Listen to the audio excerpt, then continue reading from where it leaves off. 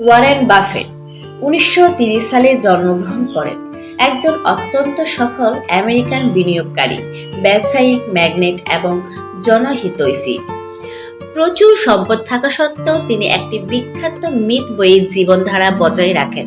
২০০৬ সালে বাফেট তার সম্পদের সিংহভাগ দান করার জন্য প্রতিশ্রুতিবদ্ধ হন। প্রাথমিকভাবে বিল অ্যান্ড মেলিন্ডা গেটস ফাউন্ডেশনের মাধ্যমে অন্যান্য বিলিয়নিয়ারদেরকে গিভিং প্লেজের মাধ্যমে অনুসরণ করার জন্য প্রভাবিত করে। তার নীতি ও প্রজ্ঞা বিশ্বব্যাপী বিনিয়োগকারীদের জন্য অনুপ্রেরণা উৎস হয়ে চলেছে। তারই কিছু বিখ্যাত উক্তি জানবো আমরা আজকের এই ভিডিওতে।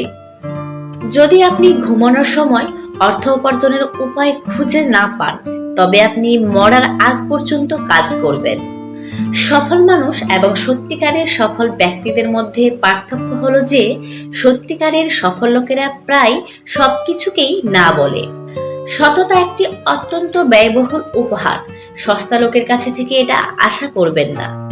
খেলাগুলি এমন খেলোয়াড়রা জিতেছে যারা খেলার মাঠের দিকে মনোনিবেশ করে, তাদের দ্বারা নয় যাদের চোখ স্কোরবোর্ডে আটকে থাকে।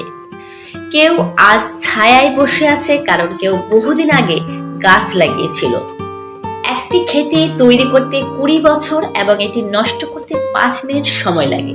আপনি যদি এটি সম্পর্কে চিন্তা করেন, তবে আপনি জিনিসগুলো ভিন্নভাবে করবেন। আমি সবসময় জানতাম আমি ধনী হতে যাচ্ছি। আমার মনে হয় না আমি ১ মিনিটের জন্য সন্দেহ করেছি। আপনাকে আপনার সময়ের নিয়ন্ত্রণ রাখতে হবে এবং আপনি না বললে আপনি পারবেন না। আপনি লোকেদের জীবনে আপনার এজেন্ডা সেট করতে দিতে পারবেন না। আপনার চেয়ে ভালো লোকেদের সাথে আড্ডা দেওয়া ভালো। এমন সহযোগীদের বেছে নিন যাদের আচরণ আপনার থেকে ভালো এবং আপনি সেই দিকেই প্রভাবিত হবেন। সুযোগগুলি খুব কমই আসে। সোনার বৃষ্টি হলে বালতি বের করে দাও, ঠোঁট নয়। আপনি যদি নিজেকে একটি গর্তে খুঁজে পান, তবে সবচেয়ে গুরুত্বপূর্ণ কাজটি হলো খনন করা বন্ধ করা। আপনি আপনার জীবনের খুব কম জিনিসই সঠিকভাবে করতে হবে, যতক্ষণ না আপনি খুব বেশি কিছু ভুল না করেন। ৯ জন মহিলাকে গর্ভবতী করে আপনি ১ মাসে সন্তান জন্ম দিতে পারবেন না।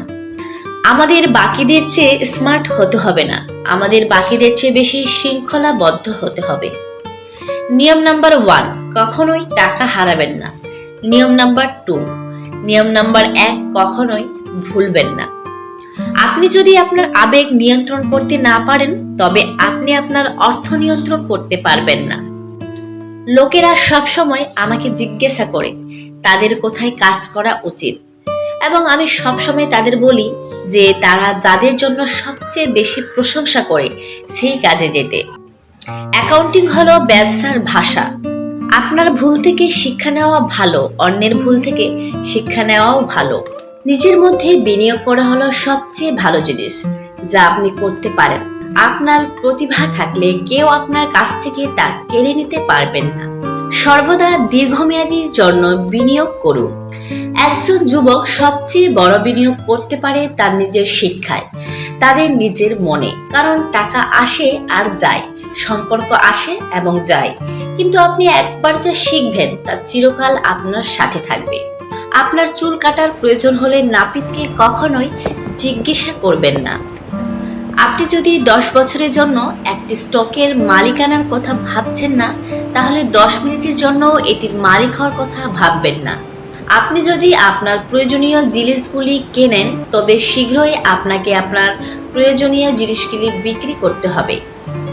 কখনো একক আয়ের উপর নির্ভর করবেন না। দ্বিতীয় উৎস তৈরি করতে বিনিয়োগ করুন। ব্যবসার জগতে যারা সবচেয়ে বেশি সফল তারা যা পছন্দ করে তা করেছে।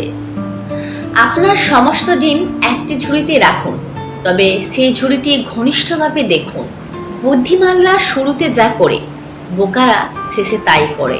পূর্বাভাস আপনাকে পূর্বাভাসকারী সম্পর্কে অনেক কিছু বলতে পারে, তারা আপনাকে ভবিষ্যৎ সম্পর্কে কিছুই বলে না। আমরা সবাই ভুল করি। আপনি যদি ভুল করতে না পারেন, তবে আপনি সিদ্ধান্ত নিতে পারবেন না। আমি নিজেও অনেক বড় ভুল করেছি। আমরা ইতিহাস থেকে যা শিখি তা হলো মানুষ ইতিহাস থেকে শিক্ষা নেয় না। আমি শুধুমাত্র এমন লোকেদের সাথে ব্যবসা করতে শিখেছি যাদের আমি পছন্দ করি, বিশ্বাস করি এবং প্রশংসা করি। আপনি কখনোই জানেন না যে জোয়ার না যাওয়া পর্যন্ত কে নগ্ন সাঁতার কাটছে।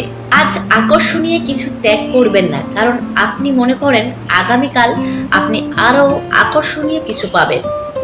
বইয়ের জ্ঞান যদি মহান বিনিয়োগকারী তৈরি করে, তবে গ্রন্থাগারিকরা সবাই ধনী হবেন।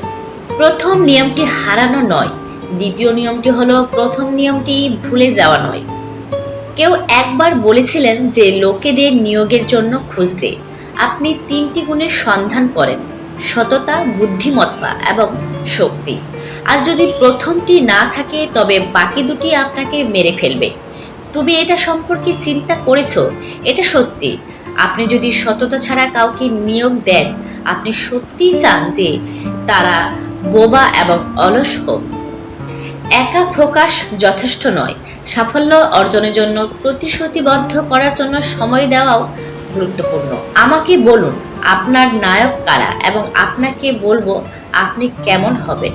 প্রত্যেকেরই যোগ্যতার আলাদা বৃত্ত রয়েছে। বৃত্তটি কত বড় তা গুরুত্বপূর্ণ বিষয় নয়, গুরুত্বপূর্ণ বিষয় হলো বৃত্তের ভিতরে থাকা।